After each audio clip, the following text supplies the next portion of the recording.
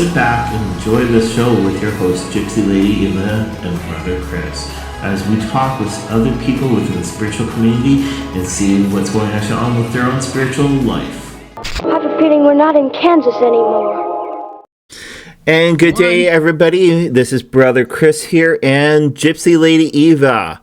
Hello. Yes, and waiting online though, we have a very special guest though. She's a good friend of mine. Now, just before we went live here, Eva just met her. She's all the way from across the pond from Norwich, and not Manchester. But yeah, she is the founder of Feathers Academy. A lot of people in North America remember her from the TV show Rescue Mediums. And we'll find out what she's been up to and also be able to learn about her past for people that are new. Again, though, so let's welcome Jackie Dennison to the show.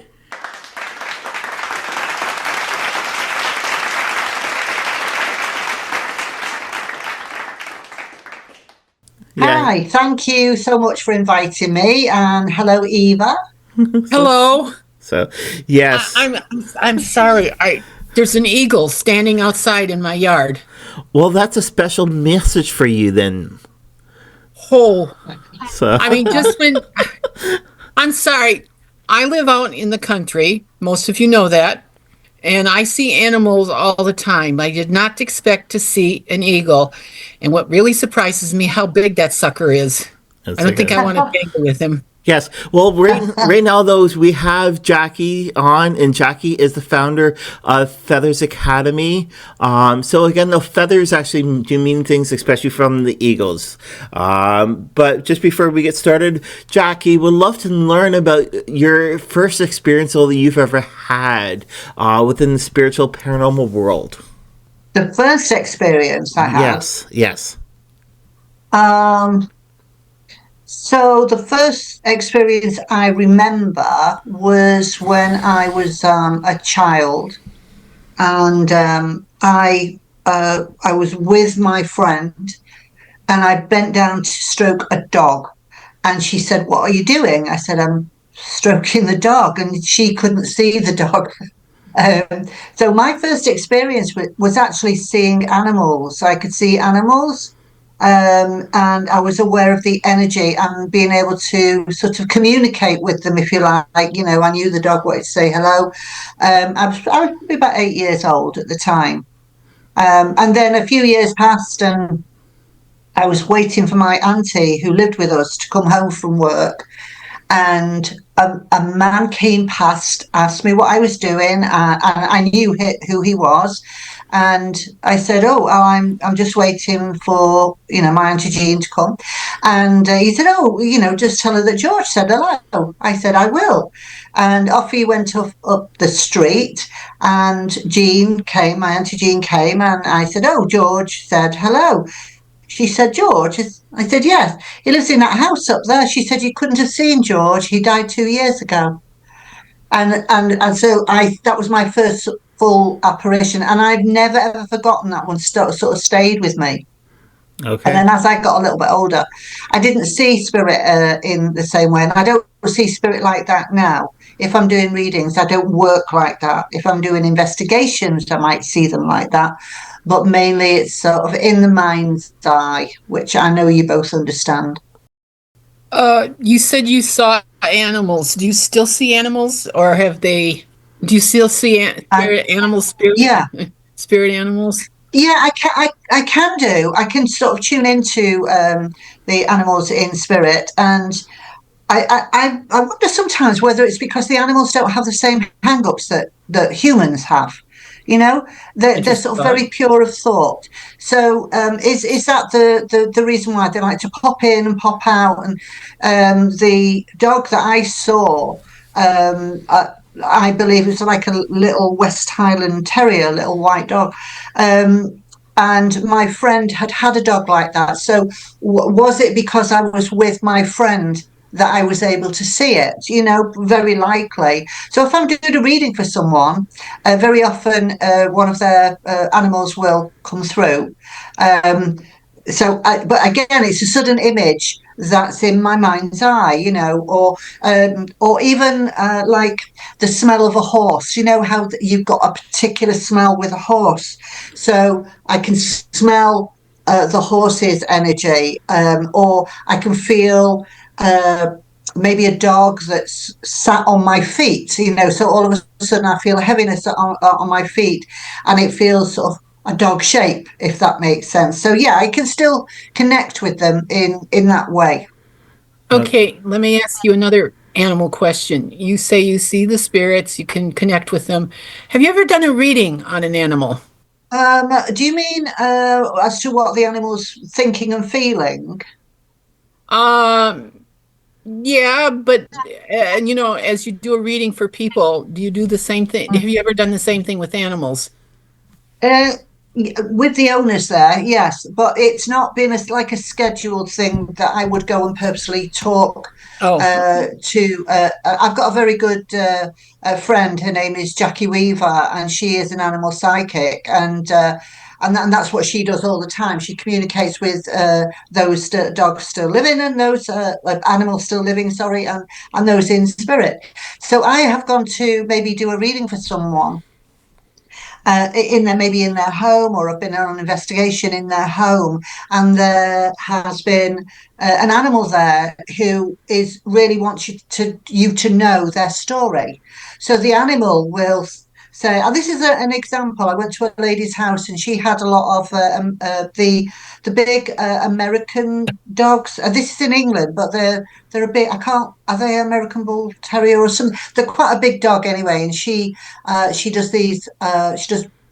She's got all of these dogs, and I think there's about 3 or 4 dogs. And one of the dogs came to me whilst I was with her, and the dog sort of implied to me, and it's a thought transfer, that it didn't like how the one of the other dogs was behaving, and it was being quite territorial with the food. So one of the other dogs wasn't able to get the food that she needed, because it was a pack thing. And when I explained this to the owner as to what was happening, she said that totally made sense with what was there. So now she feeds them all separately, or she did. She started to feed them all in separate rooms, so to alleviate that. But it was like one dog was telling tales on another. It's like, well, I'm going to snitch on you. I know what you're up to. So that's just an example of how I can communicate in that way with animals. Yeah. Okay. All right. Well, that's a little bit comical, especially with of a pet telling on another pet, which is a little bit comical. So yes, I know your stories quite well, but a lot of reviewers don't. Now, though, again, those of you the founder of Feathers Academy, you want to sort of let us know about what you do with Feathers, by any chance? I actually closed the shop. Okay. Part of Feathers Academy. So Feathers Academy is run by myself and Steve Furlong, who you know. Yes. You've met Steve; he's a friend of yours too. And so Steve and I run Feathers Academy together. So we still do workshops together, and we still, plan retreats and things together. So we still have the aura camera. We take the aura camera out to events. So we're still Feathers Academy, but I just don't have the shop anymore. So I am in my lovely little cabin at the bottom of my garden that my lovely son built for me, and this is where I do all my readings. Okay. I still teach as well. So because this is just one smallish room, I can do small groups of people in here, but we hire a hall, and I have another lovely lady who is a tutor and mentor.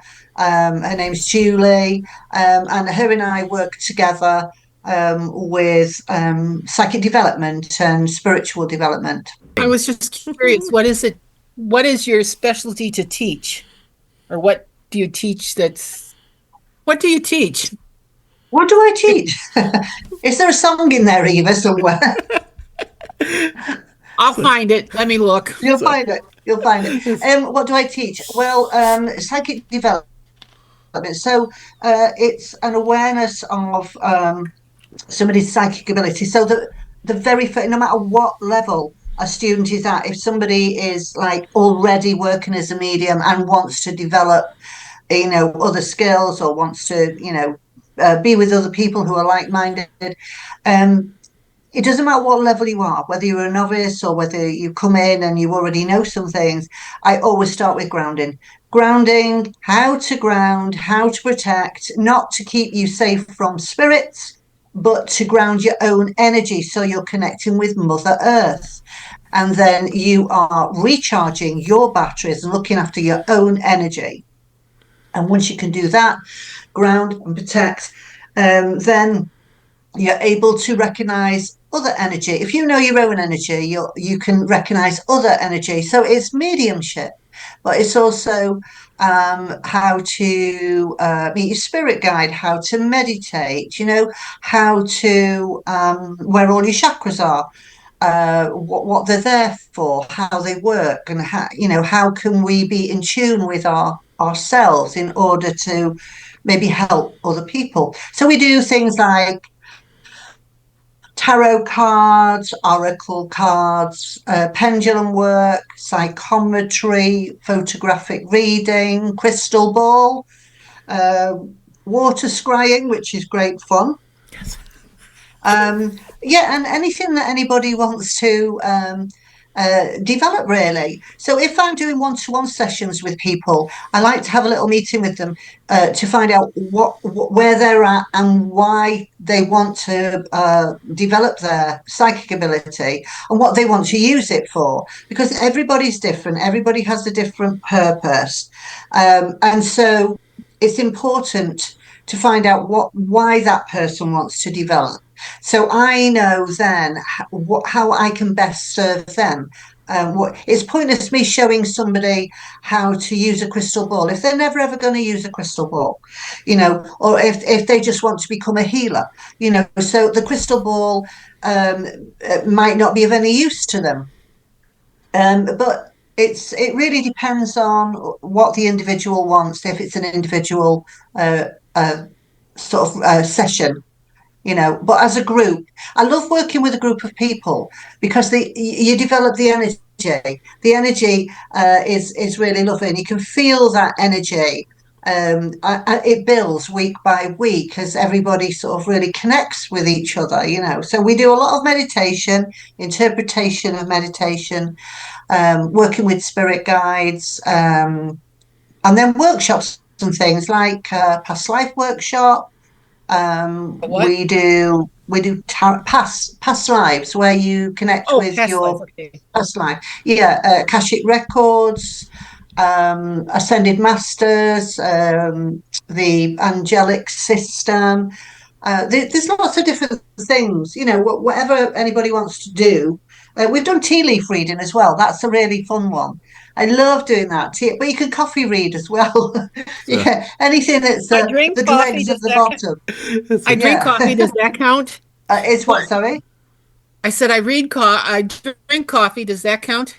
Yeah. So you can. Can I put a little joke in? Can I put a little joke in? Can I put a little joke in? Oh yeah, go on, please. You mentioned crystal balls. Okay. Sure. Why don't ghosts have children? I don't know. Why do ghosts not have children? Because they all have crystal balls. It's like yes. It's like I'm going to use that one. You may be my guest. So yeah, it's like so I know though that you've actually been here over in North America, like Canada, for quite a bit in the past. We're Trevor, the host of Haunting Live podcast, and myself, we've worked with you directly. Now, out of Ontario, though, right when you've done Ontario with workshops, what are the strongest areas so that you remember that actually had a lot more stronger energy? I've been to so many places. That's the thing. With rescue mediums, we had 7 seasons, 89 shows. So I've been to a lot of different places. And then, of course, with Steve Furlong, I've done workshops Yeah. in lots of different areas. So there's some very, very atmospheric places, not just the places we've investigated, but the actual towns themselves or the villages themselves, you know. I think one of the places that really held uh, it's sort of there and it's in my heart, if you like, was the Red Hill episode of Rescue Mediums, when we connected with the natives of the land, and we had a grandfather, a gorgeous grandfather, who was helping us with that. I can't remember the name of David. The homeowner's name was David, and they had a gorgeous daughter who's so spiritual, you know, so spiritual. And so, of course, she's First Nations. Is that the correct Yes, that is terminology correct. Yes. today, Chris? Yes. Yeah. So they were a First Nations family, and I got a fabulous little gift. Both myself and Alison, we got a fabulous little gift of a medicine pouch that was made for us, which was fantastic. And that I carried that with me all over the world. Yes. You know, that goes with me everywhere. It's very sacred to me. It has a little turtle on the top, which is interesting because one of my spirit guides, the first totem animal he ever gave to me was a turtle. Okay. So, you know, it was very, very special. And David did not know that. He didn't know that story. So when it was given to me, it was absolutely, yeah, it blew me away. So yeah, it's a very special place. Yeah, that's like us. So going to rescue mediums, I know that you've done like a large percentage of area within Ontario, basically Ontario. Now, how did you actually get started by any chance for rescue mediums? Well, that's down to a cousin of mine. If I say we're sort of like cousins removed, but we are cousins. Her name is Jean, Jean James, and so basically we share the same great grandparents. So I'm researching my family history, she's researching hers. Now, she left England with her family in the 1970s to go to Canada, and so she was researching in Canada and I'm researching in England, and we met via the internet with regards to researching the family.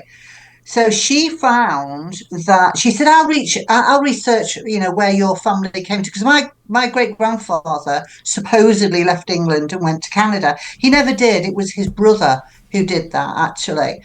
And so Jean said, well, let me research in Canada. It was in Toronto, and I would do the English side of it, and then we'd join forces. She found a house in Withrow Avenue that belonged to Michael Lamport. Yeah, the incredible Michael Lamport. Yeah. And she said to him, I have a cousin in England. We're looking to see, do you know anything about your house? So he said, I'll go and find out. So he went and did some research, got back in touch with Jean, and they had this conversation. She said to him, my cousin is psychic. She's been on TV shows in England, and maybe you should talk to her.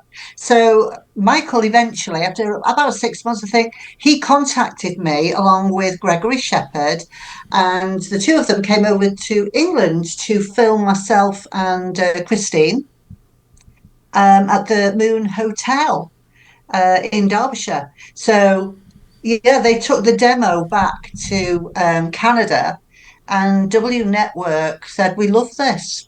And they commissioned a show. So it's all down to family history. And I really believe that my lot upstairs, so my great grandfather and my great uncle Oliver, who built the house that Michael Lamport lived in, I have to tell you, I believe that they had got, you know what, these people need to be together, and I really believe that they contrived the whole thing. I don't think it was down to coincidence or anything. I think that they have gone, yeah, okay, let's make this work, and it did work. I've made some fantastic friends in Canada, yourself included. Yes, yes. As a result of the shows that I've done there. Yeah. Now, for those who are listening, Michael Lamport was a very special gentleman. He looked exactly like how Robert Williams looked like. If you put the two together without them talking, you would not know who Michael was. Michael was basically a split twin of Robert Williams, exactly of what he looked like. He was a great guy, and yeah, thanks to him, though, he basically brought Jackie and Trevor and myself actually to know each other without really doing anything. It was actually just quite weird of how we met, but yeah.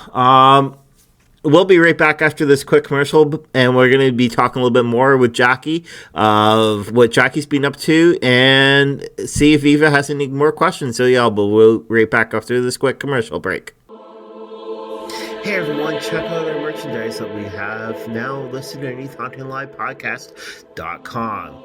We used to be on Etsy, but we found a little bit of troubles with that, so we are now on HauntingLivePodcast.com with our merch store. Check it out. We've got so much items all together with cleansing items and crystals and so much more. Check us out, HauntingLivePodcast.com. Follow us here at Haunting Live, our new shows, and we are honored to have a brand new co-host on our shows now. Yolanta Mary is our co-host, and she does a lot of work for us on the side and introduces people to the show and discusses different topics on the show. So we're really happy to have her here this season. So go check out our brand new episode. All right, so yes, that's actually our quick commercial break, and goodness, we're talking with Jackie Dennison, and Jackie Dennison is from the UK. What I've seen, though, is beautiful locations over there. I still have to get over there to be able to see Jackie. And also Eva also has to get over there at some time over there to actually be able to check out things. So, yes. Yeah, I have to get over there so I can go to Stonehenge and get one of those stones from there. I don't get arrested. It's like so yes. So what we're doing is we're looking at Jackie's life experience, her own spiritual walk. Now, Jackie, you've been actually up to a lot of things, though. You just got back. Was it from China or Japan? Yes. I've over the last couple of years. This is another thing that I've really put down to spirit, and then directing me where I need to go, is when I made the decision to close the shop within my shop within a matter of a week. I got a phone call to go to Japan. So I did. I've done 3 shows for them now. The last one was in actual fact, it airs tomorrow in Japan. The third one airs tomorrow at 9:00 at night in Japan. It's a 2-hour show. They're all 2-hour shows, and they're like a history, which I love. I love history anyway. So I sort of have a partner almost who he's the historian. So I've had 2 different historian partners with the last 2 shows. One specializes in like ancient Japanese culture and history. The other one in sort of the 1800s, 1900s. so specialists in their own fields, and it's sort of unraveling mysteries that could be, did this really happen? Where, what happened to that person? So what one of them, the last one that I've done is an assassination that took place in the mid 1800s. And they wanted to know the build up to the assassination, who was behind it, because that was always, nothing was ever proven who was behind it. So I came up with some theories as a result of the energy work that I did there, communication and through psychometry, because I work a lot with my hand chakras. So psychometry is important to me when I'm working like that. And the other one is a really, really interesting one because it's over a 450-year-old mystery. And so basically, you had got like a general who had turned on the warlord who was his master. And I mean, there's obviously a lot more to it than that. And he turned on him and he burnt down the place where the warlord was. And so it was he really there? What did he do? Was he really responsible? And why did he do it? So I have tasks to do. I have to try and uncover these mysteries and find out because I don't know any of the histories of these people. They don't tell me who I'm going to see. I don't know what's going to happen. They present me with an object, and the object is like, oh, we're going to a museum now, and you're going to see the mouth guard of this person who owns this, and it's over 450 years old. This mouth guard is part of a facial armor. And so I had to read the energy of that to see what I could come up with, And so I did come up with something that wasn't in the history books. And so I felt that this person I was connected to had a sister.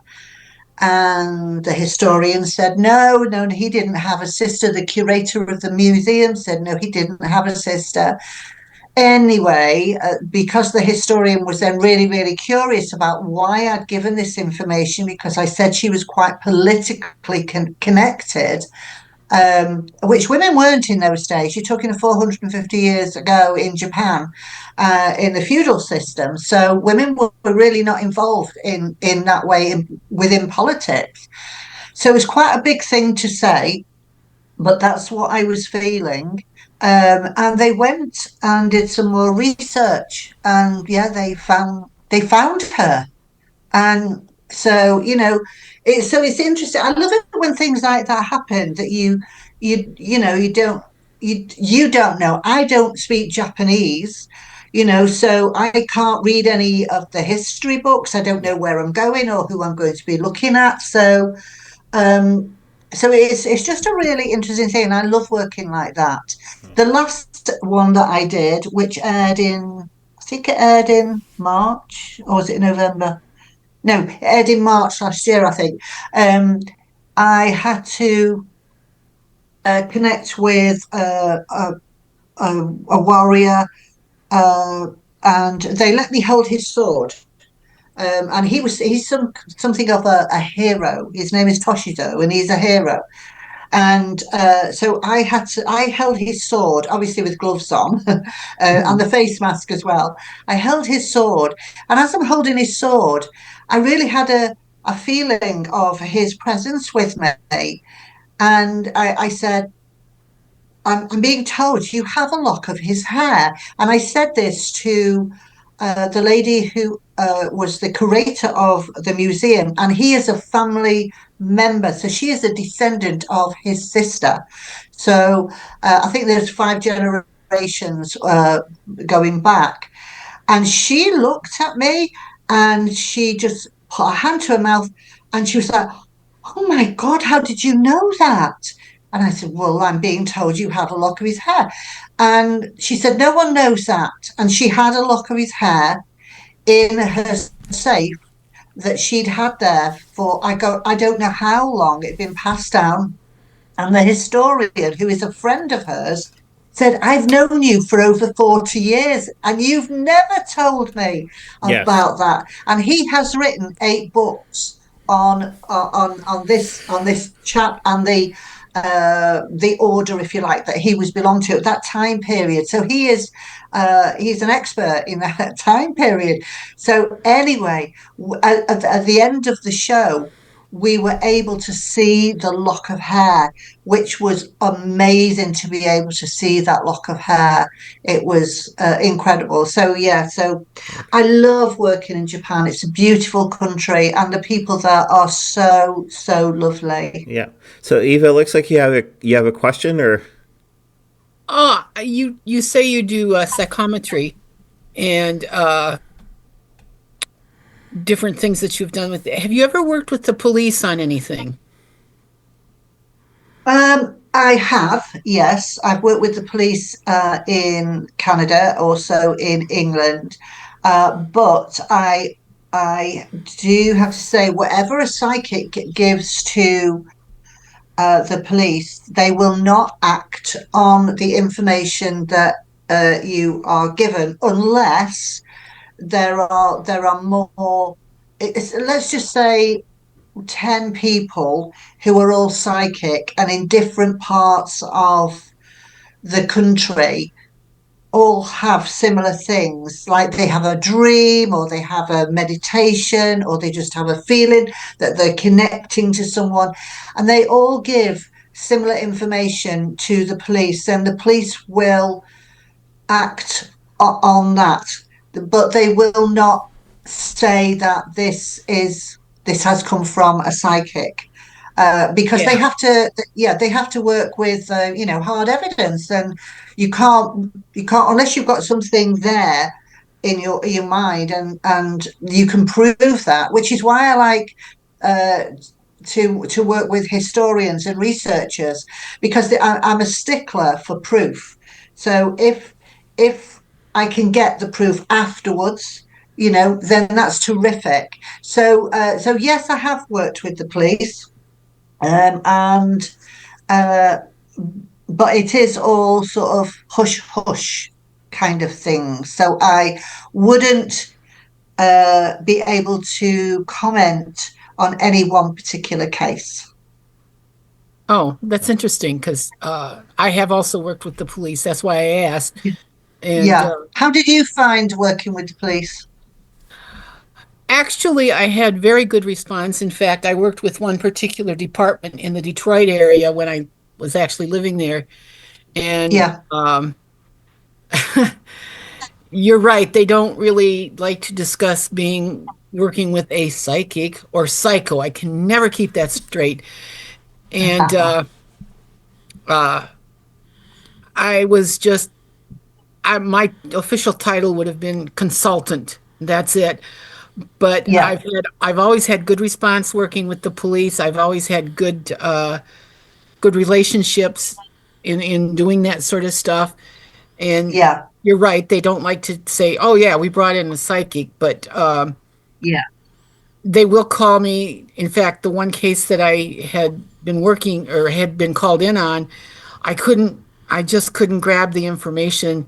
And they even brought in a second psychic, and which amazed me. But so my responses or my background with that, I've been very positive, have been very positive. And Yeah. Good. they were different. Yeah, and I think it depends where you are as well. Obviously, in America, each state is different, isn't it? So, Yes, yes. and each county is different. So you've got different opinions in different places. Obviously, England is a lot smaller. It's just a tiny little Well, speck on America and Canada. like I said, I lived in Detroit, so there was a lot of psychics out there in the Detroit area, and they did do a lot of work with the police. They did do a lot of work otherwise. So it's a very different attitude, I guess. Right. I tend to use a lot of remote viewing when I'm working with the police. So I do a lot of the remote work. If I'm asked to go to a location, then I will have met police on a location, and the information that was given to them, they sort of took on board, but they will not commit to saying. So, 2 episodes of Rescue Mediums, of course, in Canada. Were police connected, got the police connected with those. So I found that the police in Canada were far more open to using psychics, or to using psychics is the wrong words really, is to working alongside or accepting information from psychics. Yeah, Yeah, it is a very different venue to work in with the yeah, police, because they yeah, can acknowledge you, but not really. right, yeah. So I'm Just for me, just thinking about that is during Rescue Mediums, on one of the episodes with the police, the information that both Christine and I had given Michael Lamport, who is the producer of Rescue Mediums, and also the narrator. And his partner Gregory Shepherd, who's the director, they Michael went to the police with the information that we're given, and the police actually questioned him because some of the information that he gave to them from us hadn't been made public, and they wanted to know how he knew that information. So he was, let's just say, detained for a little while until they realised that why he was doing what he was doing, because we just wanted to help, of course. yeah, yeah. It's like It's very interesting. So I'm gonna Yeah. I'm gonna go back to some of your workshops. One though that actually I was just being told to actually my left ear, and this one here we did in Milton with you. Okay, right. Oh All yes, right. So yes. we were walking around the house beforehand, like the day before, Hmm. and you were picking up to do with the stern room, actually on the second floor. Now, for those listening, though, Jackie was able to pick up to do with somebody being sick actually within the room. Um, and also to let you know, Jackie, actually, we did workshops afterwards, and people were picking up what you were picking up directly with inside that room. Oh, oh wow. So Oh, yes, that's good. I think if more than one person picks up the same thing, there's got to be something, right? yes, yes. Makes Um, sense to me. so I just Yeah. kind of figured just to let you know because my left ear was being talked in, like my spirit, not spirit, but my ancestor that's actually on my left hand side. She was like, "Let Jackie know Yeah. this. Let Jackie know this." So I just kind of figured to let you know Thank you. directly. So Thank you. it's like but yes. So what else have you been up to, by any chance? Because I know though that you were saying though that you were, I think it was with Haunted Hospital that you were with. Yeah, so I've got a number of things that are going. So I'm involved with a podcast, Inspector Paranormal. It's Inspectra, so like in spectre, like a spectre, sort of ghost, sort of spectre. So INSPECTRE, rather, Inspector. And we've done season 1. We've completed season 2, which is just starting now, season 2, and I'm part of the panel with that. So I am the sort of the psychic. We have a historian, we have a skeptic, and we have Tom Barrow, who is the creator of the series. Who he goes into like haunted locations. It could be somebody's home, it could be a workplace, where paranormal things have been happening. Maybe the staff there have been spooked. So he investigates with and interviews the staff, and then we come in as a panel with our opinions of what they've experienced. And so that is really interesting. I'm loving doing that show, and that is available on most of the platforms. Spotify, Apple, a lot of the different platforms. So, you can find that on the internet. And something else that I'm really excited about is haunted history. So it's haunted history, psychics on the ghost trail, and that's myself and a young medium, Megan Downs. And so it's a nice combination because I'm old and like the old sage, You're not old, girl. with years of experience. I bet I got her And beat. yeah, and so she is experienced. She's very, very talented in her own right, and is she's always in demand. She's got a huge client base, and she's a healer. She's a sound healer. She's a Reiki healer. So she's got a lot of strings to her bow, and we really connect very well together. She trained at Feathers many years ago. I'm saying many years ago. She's only young now. She's still only young, but we sort of first met her when she was too young for us to train. So Steve Furlong, who was my partner in Feathers, he trained her mum, and then her mum passed the message on. And when Megan was old enough to come to us, then she came herself and trained. So she's been part of our lives for a good number of years now. And we go into sort of historical places, if you like. So just for example, there is a little market town in Cheshire, in England, that has Anglo-Saxon crosses in the market square. So there's a lot of history there. So we went to see what could we pick up, and we sort of, it was like a psychic buzz. It was like a vibration that sort of led us from play, because Megan loves working with ley lines and things like that. She's very into the Wiccan side of things. And so we went from one place to another to another. We ended up in a beautiful old hall, and we communicated with a lot of different spirits there who had their own stories to tell. And that's the thing, is what do these spirits that we encounter, what is their story? Do they just want to tell the story? Do they just want to are they trapped? Even I think we've only found one place that we've gone where spirits were trapped. Mainly it's just like what happened in that area at that time, or on different time levels.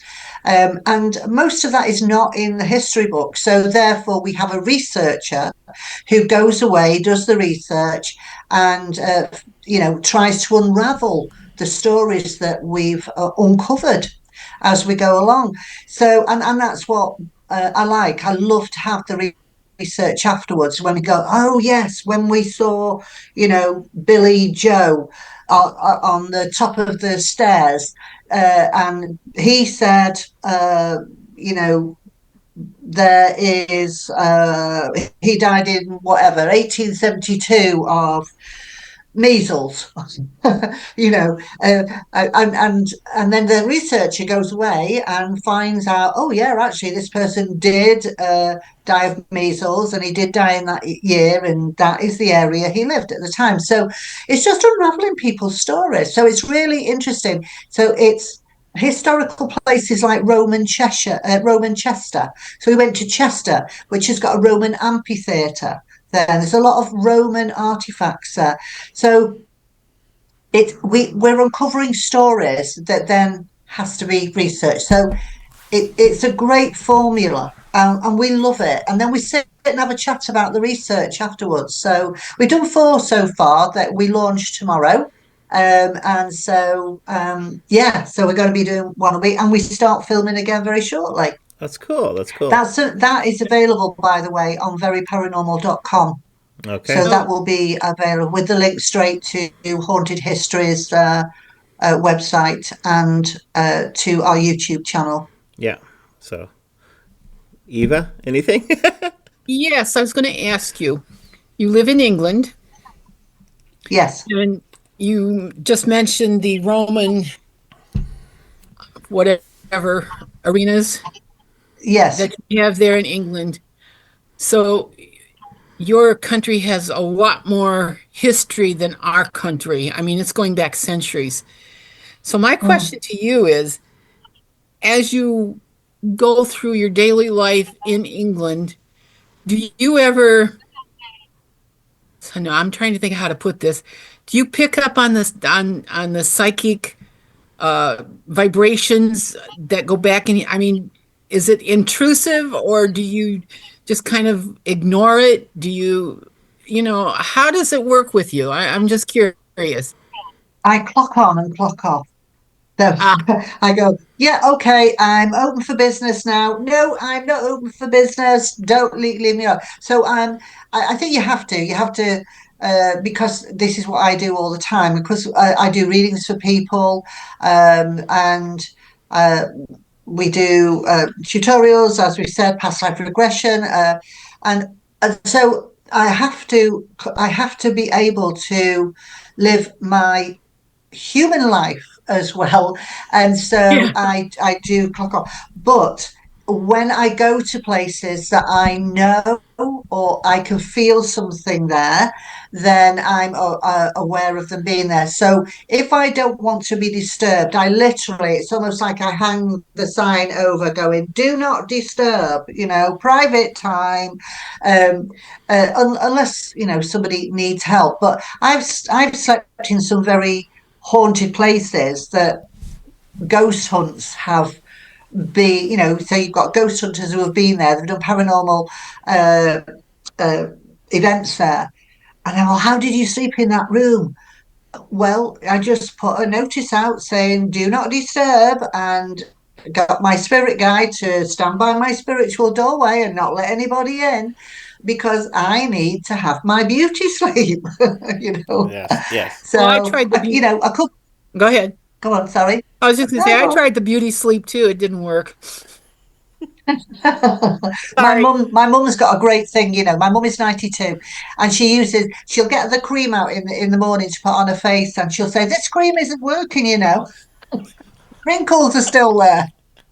That's what gotcha. Yes. But no, the Oh, reason I bless asked it her. is because, like I say, here in America, I mean, man, I was at Gettysburg. That's 150 years old. Yeah, Oh, that's yeah. still Wow. young. Yes, but with Gettysburg, now I would uh I would feel the energy. If I went somewhere like that, Oh, you I would can't miss definitely feel it. the energy. Yeah. You can't Yeah, miss it there. Same yeah. thing at Custer's Last Stand, the Big Little Horn. You can't Oh miss yeah, the energies there either. yeah, Believe me, yeah. you can't miss it because not only are you involved with the American uh, cavalry, you also are involved with the Native Americans, or was it First Nation? I'm never First sure what to Nation. say. First Nation. Yeah, at least I'm not saying Indians. Right. Anyway, you've got both of those energies working there, and some of the things that went on, and it's like you can't really ignore it, even though you put the sign up and do Yeah, not disturb. Yeah. yeah, Same thing at yeah, Gettysburg, That's what yeah. gotcha. Yeah. but So it's sorry but for. like I say, I think about you speak about England and all these beautiful, wonderful, historic places that go back centuries. And it's like you look at here in the States and it's like, we're lucky if we hit 200 years, So you gotcha. know? Yeah. So what Eva actually says sometimes, so whenever she's doing actually readings or even be able to pick up energy, she sometimes gets a 2x4 across the head. Yes. Now, have you had that today actually on this episode by any chance, Eva? Not really, but I've got a couple of guides that are standing behind me, just kind of nudging me. Ask the question. Well, I don't Yes. ask the Yes. question. Yes. All right. Yeah. So now, But Jackie. Sorry for kind of making it short. Now, right when you've been reading, now since we've done actually Zoom with you for today's show, has there been any messages coming across to you by any chance from Eva or myself? I have to be very honest with you, Chris, Or and are you? say Or are you? no. No. Okay. All right. All right. Yeah, to say no because I again clock on, clock Yeah. off, Yeah. and so And today has been a really, really busy day for me today. Okay. And so, well, every day is a busy day. And so I like to prepare when I'm going to be connected with loved ones in spirit. I really like to sort of prepare. So I'd like my candles, I put my crystals there, I do a little meditation, ground, obviously, open my chakras, do a little meditation, talk to my spirit guide, and then my spirit guide gives me like a list of things for for the people I'm going to be doing the readings for, or for things that I need to be aware of for myself for the day. And so that's my little rituals that I have. And so it's a bit like, when somebody knows that you're psychic, and you'll have both experienced this, where they'll say, "Oh, well, I'll give you my ring. What can you get from that? Or Yeah. what can you tell me? Or can you see anything around me?" And it's like, no, this is just me, the human being me. I've not gone up those steps to meet my guide yet. And so it's very, very rare that I would do an impromptu reading like that. So I'm sorry to disappoint you, No, but no, no, no. no, no, no. It's good though. It's good though because you just made the perfect point. Because I know for Eva and myself though, we get people always asking us, "Oh, what's our reading?" Right? But I love though that Yeah. you actually put it though. We have to be more in tuned at. We have to be more a meditation, which is so true. And I love the Yeah, way yeah. that you put it. So it's like, gosh. Now, Oh, just thank you. no problem. Yeah. Now, just before we wrap up the show, where can people get in contact with you by any chance? So my website, if you just type in www.jackiedennison.com, you'll get to my website. So there's email, you can contact me by email there. You'll get me on Facebook. Um, I'm on Instagram. I have to say, I don't do a lot on Instagram as much as I probably should do. So I tend to dip in and dip out. But yeah, Facebook. So you'll get me on Jackie Dennison Rescue Mediums on Facebook. But via the website. You can't. I did have my telephone number on there, but I had to take it off. But because I live in England, I'm getting phone calls from people all over the world, and of course we've got different time zones, Yes. so it's not very helpful when you're getting a phone call at 3 o'clock in the morning from somebody who wants to book a reading with you. So Yeah. It's like so. And just before we officially wrap up, is there any stories so that sort of though that you want to share with people that would be more enlightening for people to help with people actually on their spiritual journey that you've actually happened if yourself? yeah, yeah, well, one of the things I think to me it's really important is connecting with your spirit guides, and the ancestors who have been there before us, or before. I can't even get my words out now. That's what I need, Chris. So, But talking to your spirit guide, we're into awful, really, when you think about it. You don't speak to your best friend until you need something, and then you contact your friend and you go, "Oh, I've not seen you for such a long time, and how lovely to see you. And by the way, can you do?" It's like you contact people when you need something. I found that, with myself. You know a lot of people, and then somebody contacts you out of the blue, and they go, "Oh, I just felt compelled to ring you," and then you find out there's an ulterior reason why they. So it's important to me that we treat our spirit guides with respect. They're not just there just to help us out when things go wrong. They are there to help us on our spiritual journey. And so we have to be in tune. We have to know our own energy, first and foremost, and then connect with our spirit guides. So I think to me, that's the grounding is important. The protection is important. Connecting with spirit guides is very important. And, take on board whatever resonates with you from whoever, because it's an exchange of energy. You give energy, you receive energy. And so take on board what resonates with you. If something makes sense, then go with the flow with that. And if something doesn't make any sense at all, then it's not either the right thing for you to hear, or it's not the right time for you to hear that information.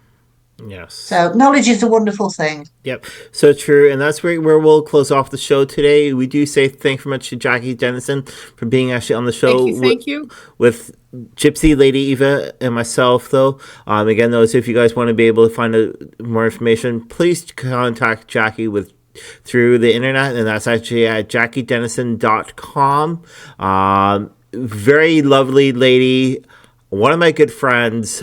And yes, we do say thanks a lot, though. You guys have a wonderful time. We'll talk to you guys later. Bye-bye. Have a great one. Thank you for your time. Bye-bye. Bye-bye.